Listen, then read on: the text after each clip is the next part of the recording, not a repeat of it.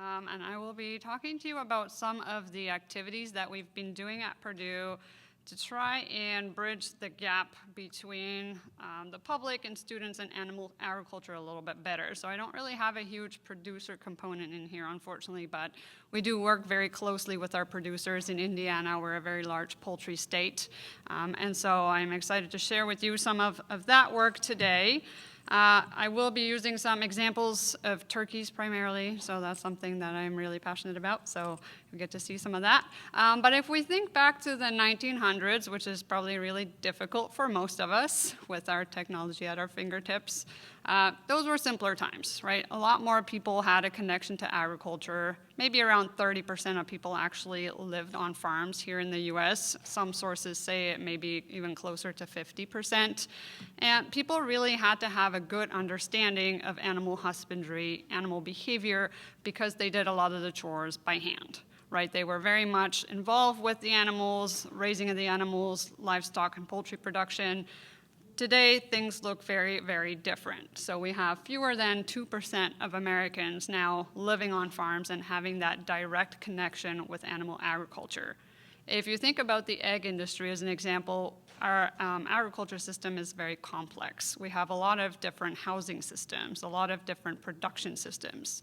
As Dr. Fanatico talked about this morning, there's this increasing interest in urban agriculture.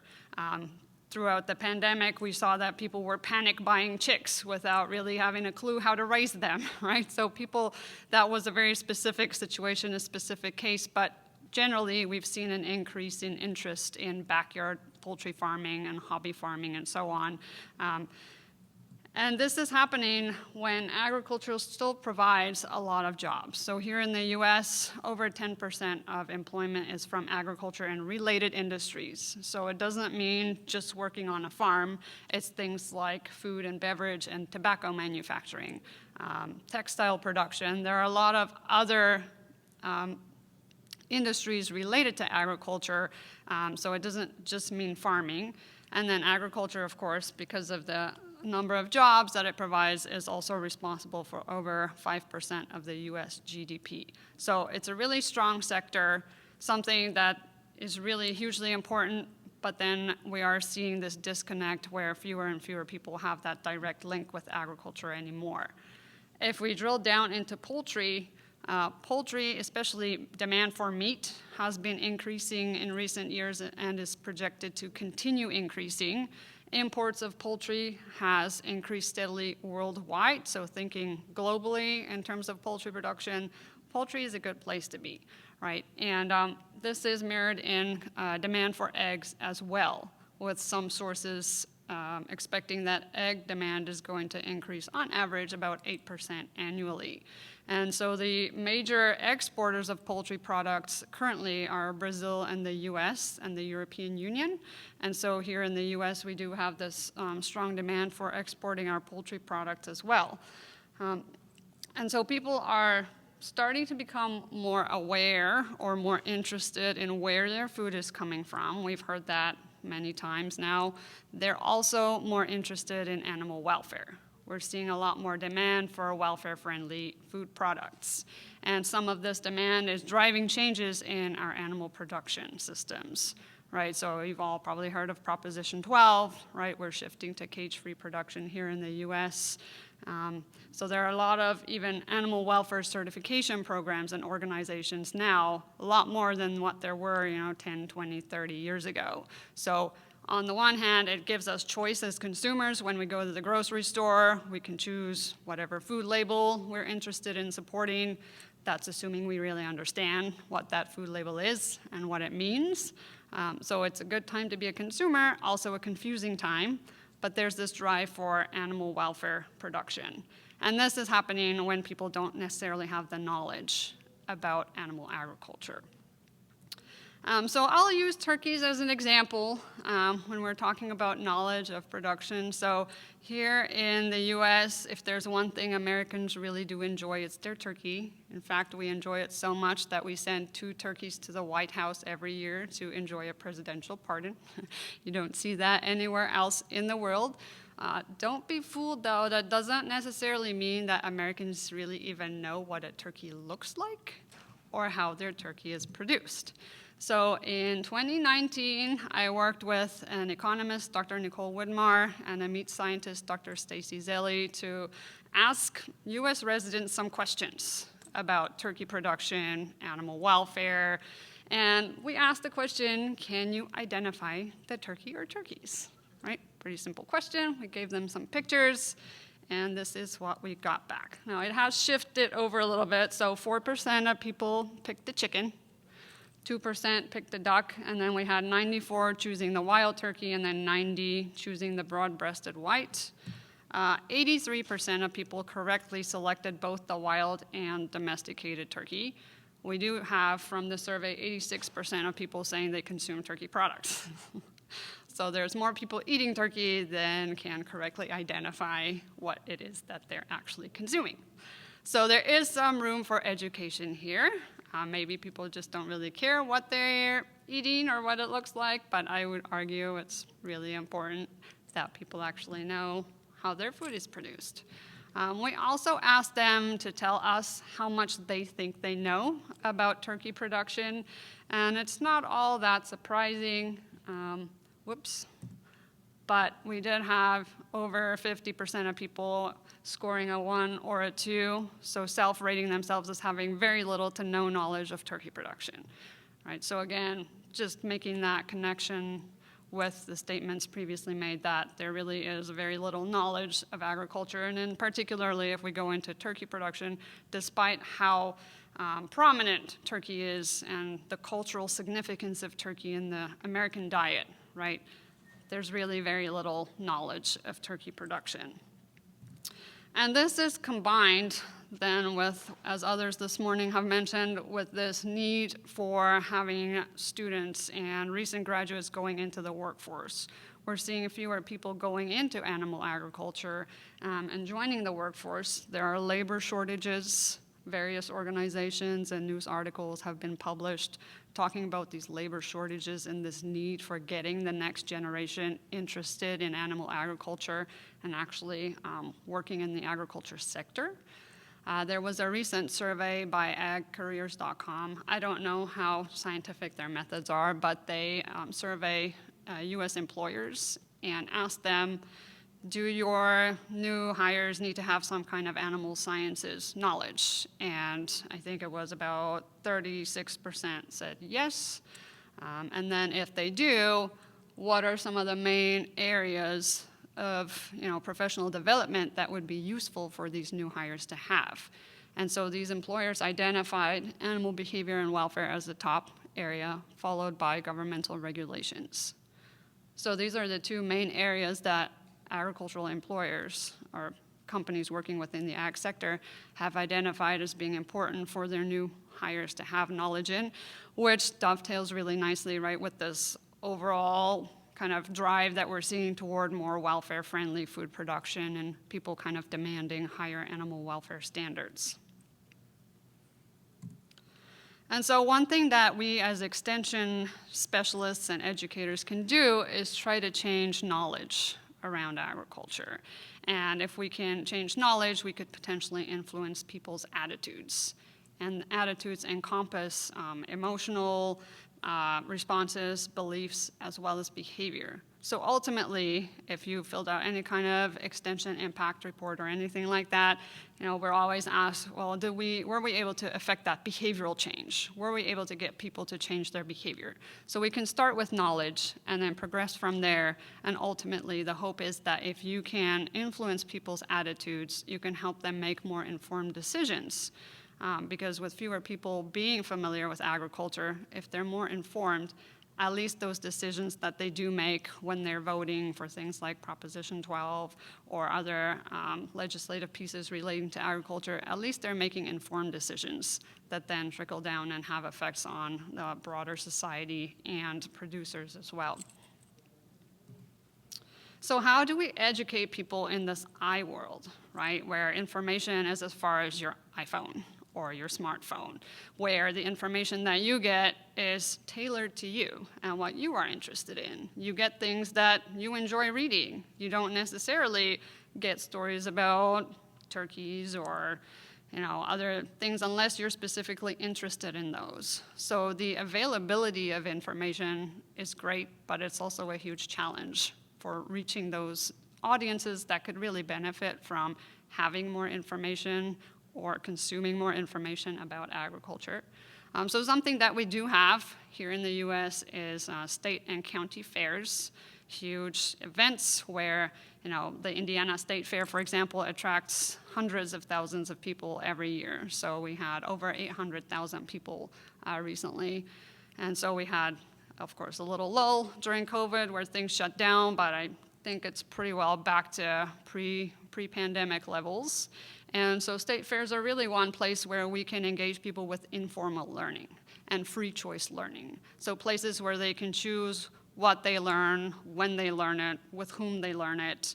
And informal learning can be just as effective as formal learning in some situations, because people will often use informal learning sources a lot more than they do those formal learning sources, right? Because there's a huge diversity of the different things that they can use to learn and gain knowledge from. And so we created an exhibit that was displayed at the Indiana State Fair and at the Purdue University SpringFest event. So SpringFest is kind of like an open house on campus. It happens in April every year, and it's just open to the community. So anybody who wants to come to campus can come to campus. We have live animals. We have all kinds of different activities with the different departments on campus kind of showcasing what they do. And so we had our exhibit at SpringFest and then at the State Fair with iPads that were set up where we collected some information from people. And so the exhibit featured a number of different animal species. Again, because of this disconnect with agriculture, the idea was to kind of bridge the gap and have some companion animals, because some people may be more drawn to cats and dogs and horses, that kind of bridge that companion slash farm animal world, and then have farm animals as well, so that as they're walking around this exhibit, they can really get some information about all the different kinds of species. And so the exhibit also gave people a definition of animal welfare. So what do we really mean by welfare? And then what is basic animal care? What does that entail? And then what are some of the specific behavioral and species-specific elements that people need to be aware of for the different species? There was also another piece off to the side there. On the left-hand side, you can see it where we had little kind of buckets set up with different types of bedding materials so that people could go in and kind of feel the different textures and things like that and learn more about bedding for horses in particular, just to have kind of a more sensory component there. And then we collected information, and because we have people of all ages going through there, as you just heard from Jessica about the younger generation and how they love technology, so probably a lot of the people touching the iPads were kids. But the information was really more geared at adults, right? And so in future, we can try to adapt this more for our younger generations. But we developed questions based on something called the Attitudinal Learning Inventory. And this is a validated survey that was developed in 2018 by Watson et al. And it really gets at, did people learn something? Do they plan to use the information? Will they use the information to make decisions? And then particularly in this case, after visiting the exhibit, do they have a better understanding of what animal welfare is? And I know it's a lot of numbers here, but basically we asked people to indicate whether they strongly agreed, neither agreed nor disagreed, or strongly disagreed with each of the statements. There were more questions than this, but I'm just focusing on these ones today. And for most of our questions, you can see that we had a positive response, with most people indicating that they agreed or strongly agreed. So they did learn something, which is great. They did have a better understanding of animal welfare after walking around and interacting with the exhibit pieces. The one thing where we didn't see a super strong or any significant difference at all was whether they would make changes in their behavior. Right, and so behavioral change is something that's quite difficult to achieve. And then when we did this with SpringFest, we had similar results. We did see a little bit of a difference there with the behavioral change question in that, and I didn't put the superscripts up here, but our agree and strongly agree, or our agree and neither agree nor disagree were no different, but were higher than disagree. So there's maybe a slight positive there, but again, these are people who are choosing to interact with the exhibit. And based on the demographic data that we collected, most of the people owned animals or pets or raised animals or pets. So again, these are people who are probably already interested in animals and animal production, right? So we may be more likely to see a positive response because of that. So overall, the idea of state fairs and exhibits at state fairs is nothing new, right? But there's very little literature actually looking at whether people report that they learned something when they're engaging with these types of exhibits, particularly exhibits that don't have any live animals in them. Obviously, it's probably a lot more interesting to people if we have live animals. And so that's something that the extension specialists in our department are now doing. So we started last year, we're doing it again this year. These are some pictures of the poultry exhibit. So we created some banners with information, and then we have different poultry. So we have broilers, layers, ducks, turkeys, to show people the different production stages, and we'll be collecting some data this year on that. And then I'm also part of a group that is, we have an online presence, so it's the Poultry Extension Collaborative there, and we create monthly journal articles. We have online symposia where we're trying to get this information out to more diverse global audiences as well. So there are a number of different activities that can be used to try and increase people's knowledge and learning. Overall, with the exhibit, we had positive responses. People learned new information. They would at least think about the information when they're making decisions. It's, like I mentioned, very difficult to achieve behavioral change, right? So we can change knowledge, at least in the short term. It's challenging to try to monitor that knowledge change in the long term, right? Because you have to maintain those connections with those people that you're trying to reach. There are a number of different things that can influence people's behavior and their attitudes. So demographics is really important as well. We've seen from some previous literature that people who do own pets are more likely, for example, to select those animal welfare-friendly food labels at the grocery store.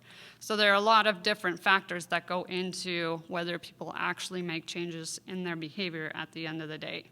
And then the small sample size as well. So even though there's hundreds of thousands of people going through the state fair, how many people are actually going to take the time when they see that it's a survey on an iPad and not some fun and exciting game for kids, right? How many people are actually going to take the time to complete that? So informal learning can be one effective tool to at least help educate people in the short term. Of course, formal learning has its place as well. So in the classroom, that is where we can really connect with our students. And as Liz just talked about on study abroad programming, you can integrate those extension educators into your programs as well. And so formal learning is really where we have the ability to connect with people who are going to be making decisions, right, in the future. They're the ones who are hopefully going to go out and get some of these jobs, hopefully in agriculture, where they can then go on and influence some of the things that are happening around us. And so this is another activity specifically focused on turkeys, and it's based on the model of the Animal Welfare Judging and Assessment Contest. So if you're not familiar with that, it's something that the AVMA hosts every year, and students can go and participate with students from across North America, sometimes other countries as well. And they really have to present some oral reasons to indicate which farm provides animals with better welfare. So they're presented with a number of different scenarios. Often there are 2 facilities in each scenario, and they have to rank which facility is better using physiological, science-based information, behavioral data, realistic production practices. So they're provided with scenarios that could be realistic, even though they're not necessarily always based on things that are, currently real or happening. And so they use this information to make a judgment, and The one paper that has been published on it has shown that it does provide some awareness around animal welfare, which you would hope, because they have to spend a lot of time just training for this contest. And then it does help students with their critical thinking and communication skills as well. And so again, this is not a new idea. It was originally developed at Michigan State University in the early 2000s. But fortunately, I was able to work with the Purdue Envision Center to create a virtual scenario right before the pandemic hit. So then when I couldn't take students onto different farms anymore, I had a new activity that they could do on the computer. And it's based on the idea of the welfare judging contest. There are 2 farms. One is in Michigan, one is in Ontario. The Michigan farm, I think, is the one that is a little bit different because it's actually supposed to be more like an agritourism kind of a thing, which you don't really see with turkey production, but threw that in there just to make it a little bit different. And so the students work through the scenario, and they are given information about, production practices. They're given information about biosecurity. So on this one farm, the only thing they're given are, shoe covers or boot covers. On the other farm, they have hair nets, full PPE. And so the idea is that they have to work through all of this information and then complete an assignment where they write a report on which of the 2 farms the animals have better welfare and why. And so welfare includes all of the different management factors. It includes behavior. They are given information about the number of animals that are seen to perform damaging pecking behavior, for example. There's one screen where they can click on each of 10 turkeys and kind of look at how much feather damage those birds have. They're given information about body weight, mortality rates, all kinds of different things that they then have to integrate and use to make an overall assessment. So it's nothing related to like animal cruelty or anything like that. It's just using science-based information, kind of production-based information to come up with some reasons for why animals may do better on one farm versus another. And so with this assignment, students have to do a pre-quiz, so they have to complete this quiz beforehand, where I ask them to rate their knowledge and interest in turkey production. I ask them some specific turkey-related questions to see where they're at in terms of their knowledge. And then they do the same quiz afterward, and then they also have to write that report that I mentioned. And so in the past couple of years, got some really positive results, at least, with a lot of students reporting, 44% reporting that they do have an increased interest in turkey production after completing the survey or the scenario. And a lot more of the students that I've been getting in this class have tended more toward the companion animal side or even zookeeping, different animals that are not necessarily production animals. So that's positive. And then we did have close to 90% of them reporting an increase in their knowledge of turkey production. Again, this is in the short term, right? So we're not able to really assess very, very long term what this means in terms of students' knowledge. But at least having this virtual scenario now that we can use as a tool to help in the classroom does seem to help them increase their knowledge. And this was reflected in their quiz scores as well. So in 85% of students, we did see an improvement in their quiz score. So at least they're, somewhat taking in some of this knowledge. And again, this is not, and it's not the most engaging scenario. Funding was kind of a limitation, so it looked kind of cartoony, but if we can get some more funding and do some of those virtual reality types of things, or actually get students out onto farms to incorporate some of the live animal aspects as well, there may be some more positive results coming out of that. But at least now we have something that we can use and bring the farm to the classroom, especially with things like avian flu, right, making it a lot more challenging to get out onto farms these days as well. So really, with these types of activities, we can, at least in the short term, increase knowledge, right, and increase some interest in students as well. Whether there's actually shifts in attitude leading to changes in how people behave and the types of decisions they make are yet to be determined. But both formal and informal learning activities really can help, especially as we think about this divide between the public and animal agriculture and trying to help provide some education around how food animals are raised, and especially with the contentious nature of animal welfare, trying to get people on the same page about what animal welfare actually is. And why is it important, and how do people's decisions actually translate into some of the things that are happening on farms? How do those things impact both the animals and the producers as well? So with that, I'm happy to take any questions that you might have. Thank you.